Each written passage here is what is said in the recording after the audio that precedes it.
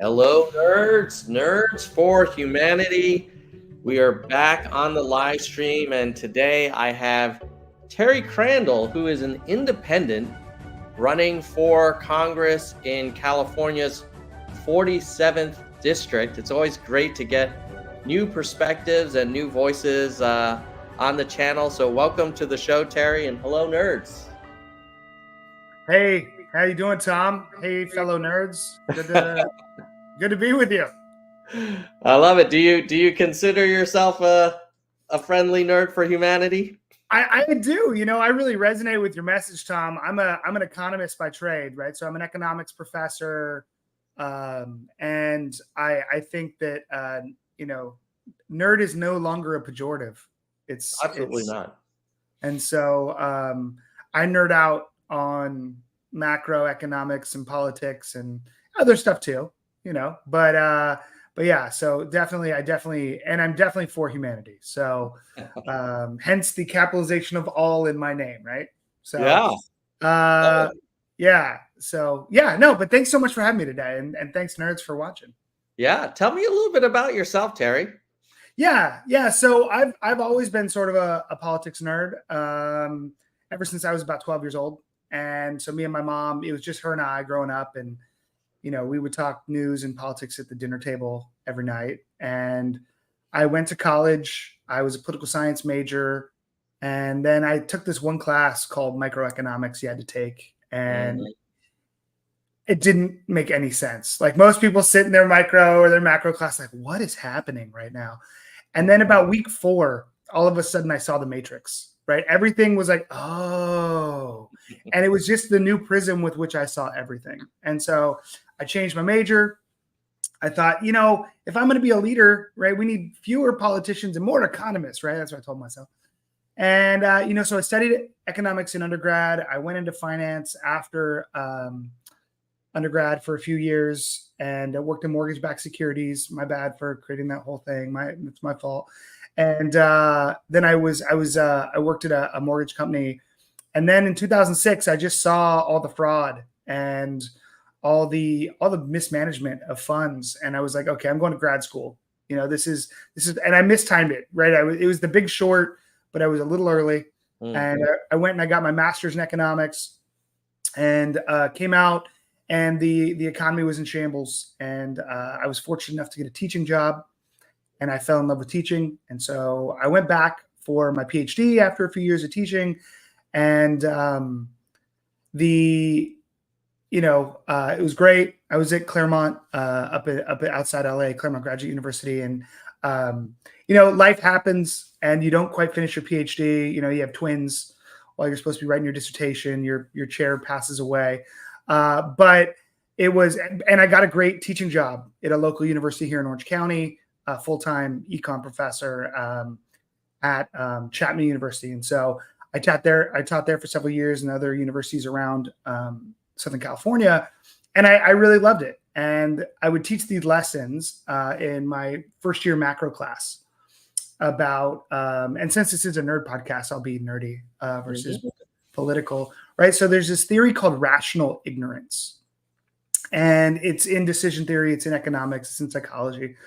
And it's rational to make an uninformed decision when the cost of being informed is high and the perceived benefit of being informed is low, right? So it makes sense to guess or use a shortcut, right? So I've been happily married for a long time. I married my high school sweetheart. So I've never actually used a dating app, but all my students have. And so I use them as references all the time. And it's sort of like how men just swipe right on Tinder, right? It's just math.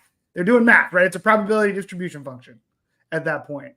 And there's a low cost to making a mistake, right? They're not in danger if they meet up for coffee with somebody, like maybe a woman might be, right? And so that is one of these rational ignorance, right? Maybe it's a fake photo. Maybe you don't even read the profile. Oh, okay, they're attractive enough, right? You just swipe, or it doesn't matter. It's Friday night. I'm bored, right? So it's this low cost decision.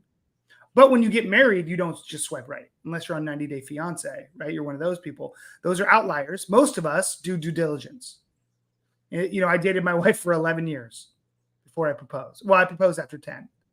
but you date for a while. Don't wait that long, nerds. Be smarter than I was. But it's you meet their family, right? You find out if they have a real job. You find out where they squeeze the toothpaste from, the top of the tube or the bottom of the tube, because that'll end a marriage. And so those kinds of decisions, those big life decisions, it's not rational to make an uninformed decision. But these smaller decisions where the cost of being informed, right? It's Facebook stalking everybody. How old I was, I just said Facebook. Right? Facebook stalking every person you might take on a date would take forever, right? Before swiping on them, looking at their LinkedIn. And so you just swipe. Problem is that's how voters behave, right? They treat elections like first dates. And the average voter, right? Not us nerds, not us policy wonks, not us people who get happiness from consuming this. Most people don't. They'll use a shortcut, right? Oftentimes it's party affiliation. I'm sort of this D or I'm sort of this R, right? And so I'll vote party line versus doing 10 hours of research on every candidate. And so, or it's race, or it's gender, or it's sexual identity, or it's likability, right? Things that on their own are often immutable characteristics and don't predict whether or not someone's going to be a good, effective leader. And so when we look at elections through people using shortcuts, and it's political parties, the mailer you get from the NAACP or the Democrat Party, vote for these people, or the Republicans, right? They send a mailer out. This is how you should vote this election. So that's a long way of saying me and my students wanted to attack this problem. I always had this idea and I would tell my students about it and they're like, well, let's do it. So in 2018, and we built a nonprofit called Voting Smarter. And we built a dating app for elections. So we took Cards Against Humanity cards, right? They're just their style, right? Don't sue us, right? We took their style and we put a political statement. We took 8 right-leaning, 8 left-leaning statements. And you could swipe right for yes, left for no, up for I love it, down for I hate it. And so in about 5 minutes and 5 seconds, our thousands of users saw what percentage match they were with every candidate running for president, governor, House, and Senate in their area. And so it was, how do I match on the issues, right? And so maybe there's a center Republican that you match with better than a far left Democrat that's running for your House seat, right? And so, or maybe you just match with the Libertarian or the Green Party candidate. And so it was eye-opening for a lot of young people, because what we found in our research is it's not that young people are lazy. It's that especially millennials at the time didn't want to make a mistake. They are mistake averse, right? And so they didn't know who to trust when it comes to getting their political information. They didn't know where to get it. They didn't know how to process it. They weren't taught that. And so rather than making a mistake, they chose not to vote. And so through this process, we helped thousands of voters, and those voters started getting engaged and like, okay, I voted, now what? And they felt disaffected, like their vote hadn't changed much. And so we started researching into what we thought was how you get political power, and we discovered it was, and it's money. Money controls our laws. It controls our politicians.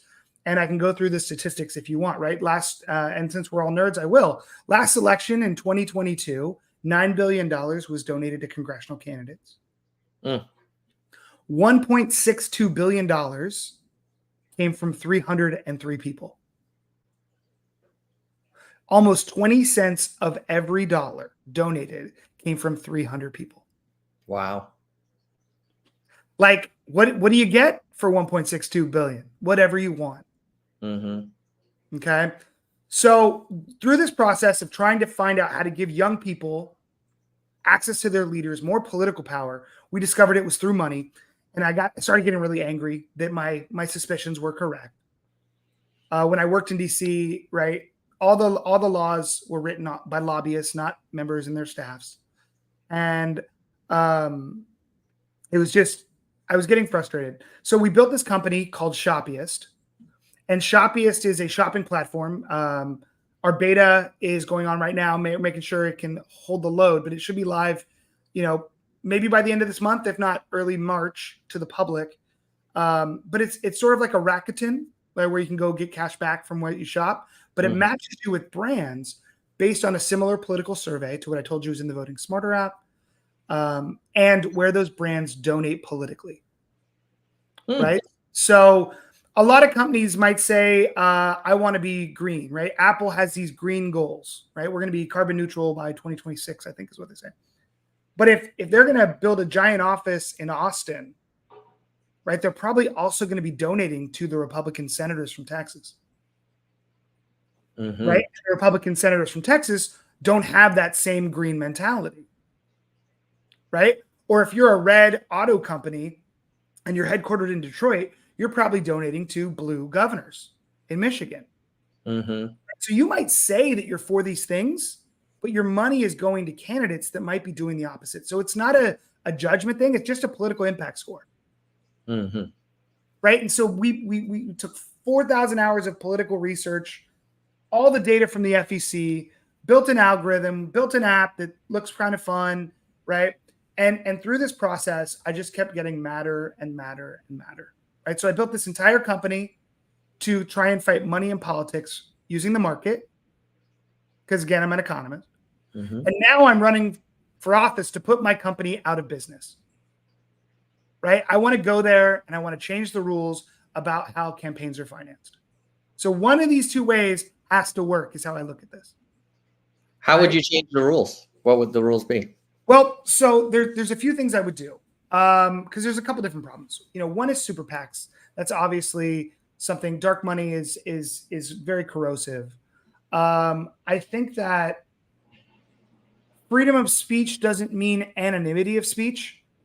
In fact, it means the opposite, right? So I think we could work around the disclosure of where the money comes from for the super PAC.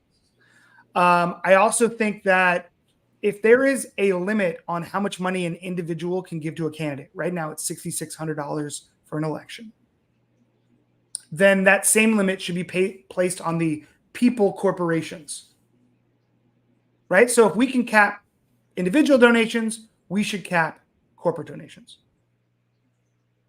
Now, it doesn't perfectly counteract Citizens United, but a case like this went to an appellate court, but never the Supremes.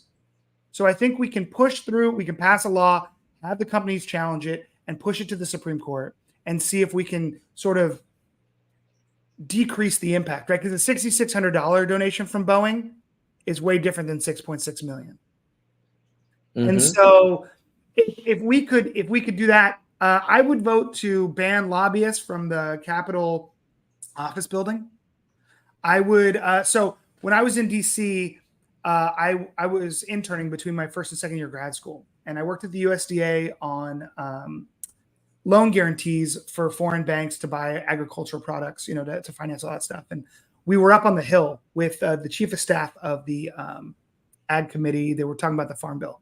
Right, the Farm Bill is this huge thing that the USDA works on every year. And it's probably 120 interns up there, a couple grad students like me.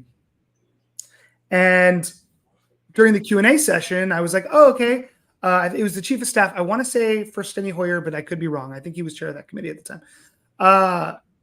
And I asked the chief of staff, I was like, hey, how many economists work on the Farm Bill, right? I'm self-interested. I want to know, is this the kind of job I might get? And he's like, yeah, well, we share Bill with Ways and Means. So they have half an economist working on hundreds of millions, if not billions, of tax and subsidy policy. And then he followed that up by saying, but don't worry, the sugar lobby's got 100 economists. And they're all really smart. And the corn lobby has a whole floor of economists. And he went on, each lobby group is writing the language of the bill. And at first cut, you're like, well, they're the experts. That's great. Maybe all the, the wisdom of the crowd, right? They'll battle for these taxes and subsidies, and our intelligent leaders will separate the wheat from the chaff and give us a great bill. But the truth is, none of those economists work for Americans. They're interested parties. And just like any scientist, we think we're scientists. I mean, I don't. Okay. But just like any scientist, if your agenda is funded, you may just have subconscious bias, but when you work for a lobbying firm as a kind of, it's a conscious bias. Mm-hmm. And so, and half an economist is not equipped to counterbalance that interest. And so, so that's one way I would try and if I can't ban lobbyists, then every lobbyist who works on a bill, anybody who helps write the language of a bill, on a staff, a member, or an outside group, a volunteer, anybody has to be named in that bill, listed with their affiliation and what they were paid to work on that. So that I think that should be listed in the text of a bill. Who wrote it? Right? And so it lives on in history. And so we can go back and we say, oh, and we could actually do substantive research identifying money spent on lobbying a bill and the correlation of where it came from, right? So we could really see the influence. Right now it's opaque. I would also pass a law. I would not pass. I would put forward a bill that requires lawmakers to sign an affidavit that they've read a bill before they sign it. So right now, a 1,000-page omnibus or 2,000, 3,000, 4,000-page omnibus bill hits their desk, and they're given 4 hours or 24 hours to read 4,000 pages. And they don't. And they put that on their staff, or they listen to the lobbyists and they're like, oh no, our team's vetted the bill. It's great. And so, if I could, I would limit the number of pages in bills, right? I like single issue bills. Now, look, I understand that that doesn't always work. Single issue bills don't always work because the bodies of government are about compromise, and I'm all about compromise. Unlike, I think, Republicans and Democrats. Do you know why it's called pork barrel spending? No. Okay. So again, another nerd moment. Okay. So, there's too much pork in the budget, too much pork. I'm a big fan of pork myself, to eat, not in budgets. So pork barrel spending, that language came about actually around the time of the formation of the country, because think about the milling stones where donkeys would grind our wheat, or we'd use a water wheel, right? The machinery of 200 years ago, the grease that we used to keep those the gears moving was pork fat. Right? And so the reason it's called pork barrel spending is because, look, if you had a senator in Louisiana asking to build a dam, right, or a causeway for Lake Pontchartrain, right, to the senator from New York, who also wants a dam to build a power plant, right, in the early 1900s, then why would they back each other's bills? Why would a senator from New York vote for infrastructure in Louisiana and vice versa? And so pork barrel spending is a little bit of, hey, you give me this to keep the gears moving of the government. And so we can all decry it and say entitlements are bad. Excuse me, not entitlements. That pork barrel spending and that these pet projects are bad. And most of them are. Most of them are a waste of money. But there is some sort of give and take you have to get to keep the wheel of government moving. So, I always thought that was interesting. I learned that in grad school, but that's where pork barrel spending comes. It's like the grease. Yeah. But the problem is everybody's so greasy now, like everybody's too greased up. And so, but yeah. All right, Terry, I want to ask you a follow-up question. Yeah. Let me ask you a follow-up question. A lot of our audience for this channel comes from the original Andrew Yang presidential campaign. And he had a really cool idea. I'd be curious to get your reaction to it around campaign finance. He called it democracy dollars, where every voter gets $100 and they can deploy it to whoever they want to offset the disproportionate influence of the ultra rich and corporations. So it was a little different than restricting how much people can give, but more kind of leveling the playing field a little bit more. What's your thoughts on something like that? Because it wouldn't actually cost that much, $100 a voter. Yeah, so that's what, $100 times 140 million. That's, it's a bill, $1.5 billion, whatever. of government of tax money. Yeah.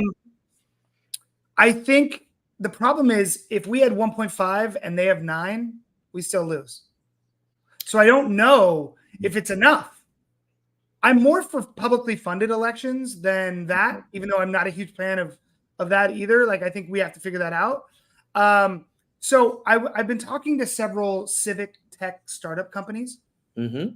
And, you know, as a civic tech founder, right, I've got Voting Smarter, I've got Shoppiest, my shirt, K Street, right? I don't know if you get it. K Street's where all the lobbyists work. Yep. And so there's some people building some really interesting platforms that are social media platforms aimed at reaching voters and create a direct contact between a candidate and their constituents. And so, you know, George Carlin, the comedian, complained a lot about junk mail. He has this great bit where he's like, you know, take that return envelope and fill it with all the junk mail you get from other people and send it back to them. Right? We got to make junk mail so expensive that they'll stop sending it. The only reason we get junk mail is because it works. You know what I mean? Like, we all take that 20% Bed Bath & Beyond coupon from our junk mail and throw the rest out. You know? And so if every time we saw a political ad, we turned it off, we changed the channel, they'd know. They're monitoring all that. So we could turn off what the big spending goes for. And so I think there's an education campaign where we got to take an active role as citizens, right? So that's what Voting Smarter was all about. It was about lowering the cost of information, right? Yeah. And so I don't know if I'm always the law of unintended consequence guy, economist. Right? So I don't know if it just inflates the price of TV ads by giving everybody $100. You know what I mean? It's just more competition, it's like printing money and adding it to a market. I think it might just increase the price. Yeah, I think the analogy would be like if you have a bunch of incumbent companies and you said, hey, I'm going to seed like 100 new little startups. Yeah. That creates more competition. Yeah, and that's fair. I think you're right. I know it'll definitely create more competition. I just don't know if it'll be enough to counterbalance the real corruption. Yeah, because Tom, when you bring up a really good point, it's another bill that I would love to sponsor. Is sort of if you have more than X percentage of a market, right? If you're part of an oligopoly or a monopoly or a duopoly, or you reach a certain market cap, we should have a fund that you have to put tax money into, a separate tax fund that funds startups in your space. Right? Because right now the moat that Facebook has, right? These are startup terms, right? The moat that Facebook has, the moat that Google has, the moat that maybe ChatGPT, but probably Google using its YouTube data around its new AI, Gemini. Like, those moats are going to be insurmountable for a startup. That's why, take Google search, right? If the next best Google search is 98% as good as Google, you're still going to use Google. You know what I mean? It's just one. You're just going to use one search. And so I think we have far too much consolidation in our industries. We have way too much power at the top, and we need to find a way to subsidize, you know, startup culture, entrepreneurship, and competition in all these industries. Competition solves a lot of the problems, I think, that we have. It also with them being able to fund politicians, right? So, so I like the idea applied to actual industries as well. So I'd be open to it. I'd be open to test it, just like UBI. I want to test it in five states based on region, right? A West Coast state, a Midwest state, a Southern state, a New England state, right? And maybe somewhere else, because each economy is so different.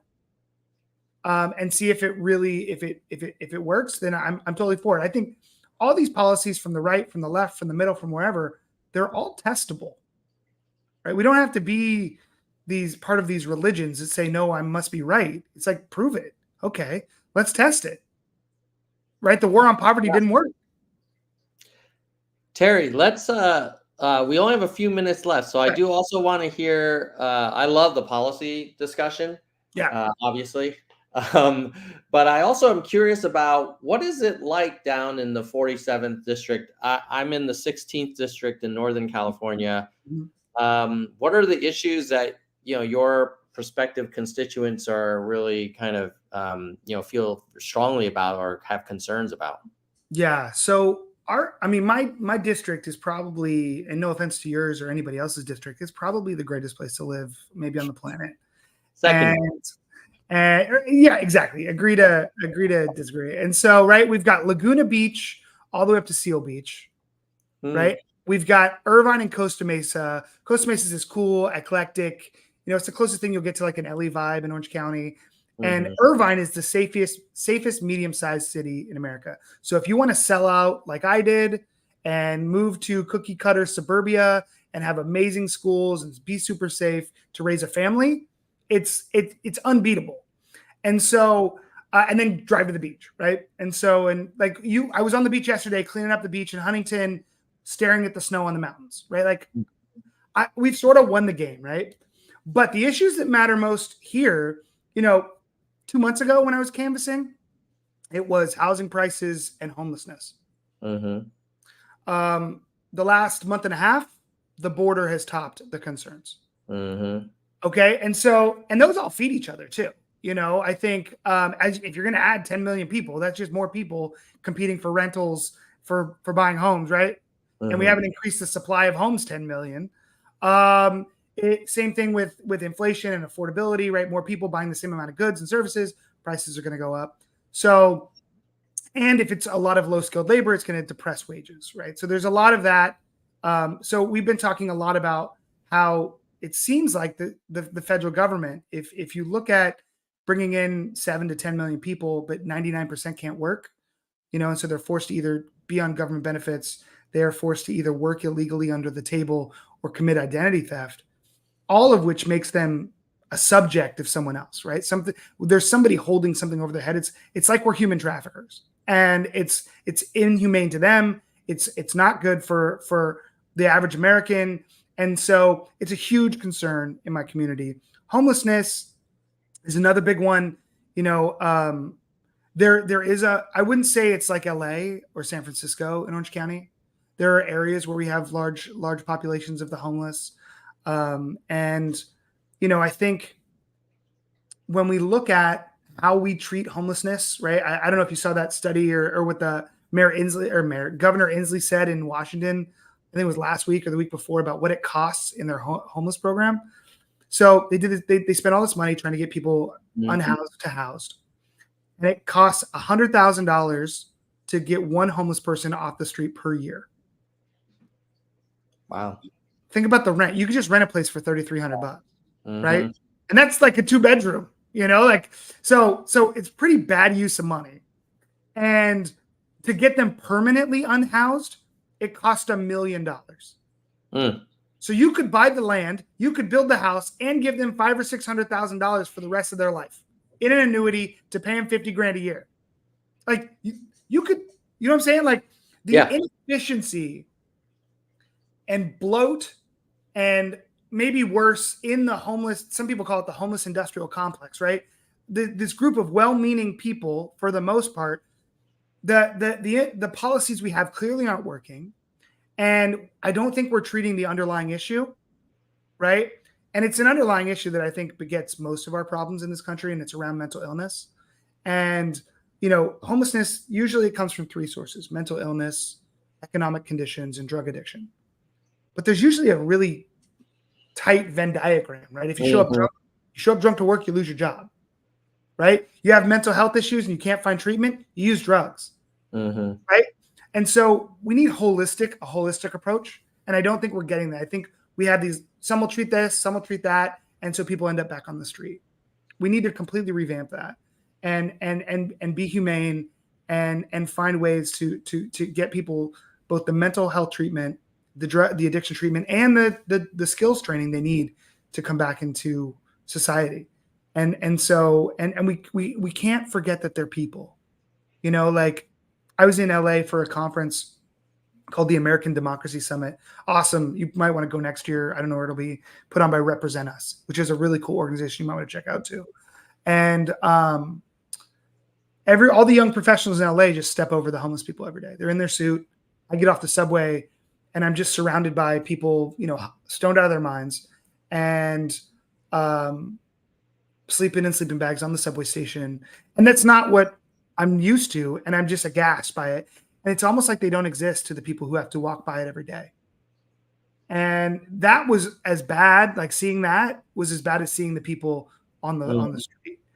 And we can't forget that these people are people, and there are people, and it's such a tough problem that we kind of go like this because it hurts so much to think about.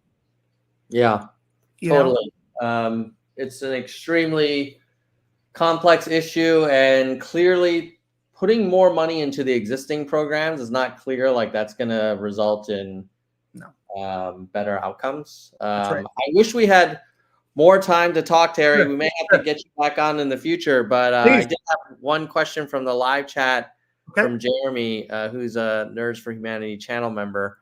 What are your thoughts on how Katie Porter's doing, and anything about Scott Baugh? Yeah, so for those of you who don't know, Katie Porter is the current representative of 47. She's a Democrat. She won in the anti-Trump wave of 2018. Scott Baugh ran against her last time. He raised $3 million. She raised $30 million. He lost by 10,000 votes. Scott Baugh is kind of a Republican money man, former assemblyman in the 90s, lawyer. Looks like kind of like a cartoon, like what you would draw for a Republican, right? And so what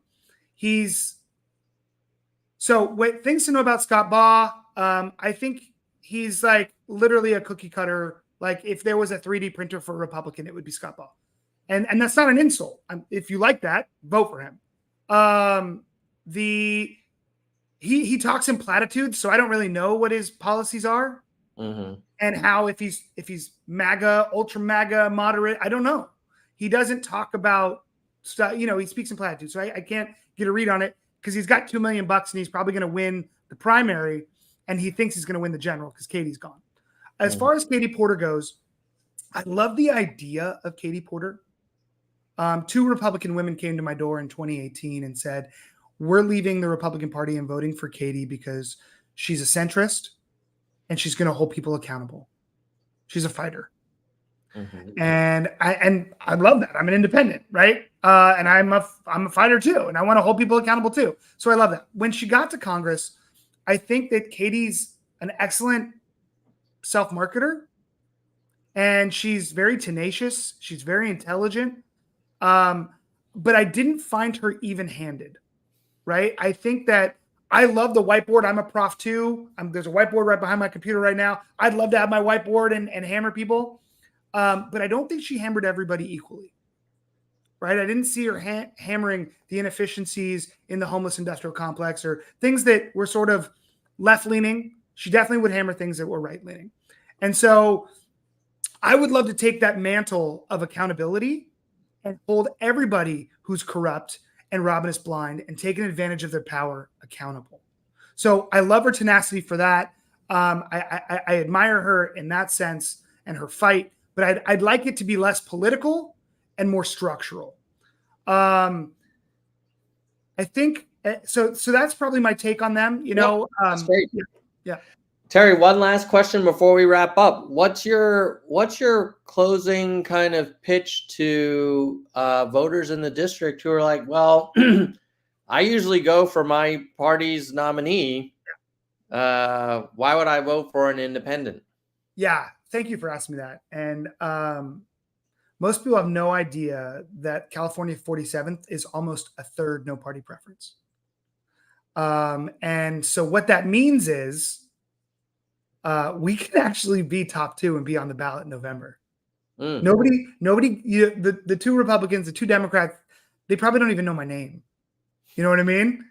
I've raised $13,000. I'm up against like 5 million donations and, another 3 million in outside donations coming in just to the primary right now. And they're tearing each other apart, and they've left the middle lane open, right? So the reason you should vote for an independent, one is they can actually win. You're not throwing away your vote. You're only throwing away your vote when you hold your nose and vote for something you don't believe in. And I know it's hard, and I know we all want to be pragmatic, and we want to make sure we got to save democracy, whatever that looks like to you, from the right or the left. But the truth is, if we keep picking the lesser of two evils, all we get is evil. And if we keep not voting in the primaries, most no party preference voters, most independents, most third party voters, they don't show up in the primaries because you're not super fired up.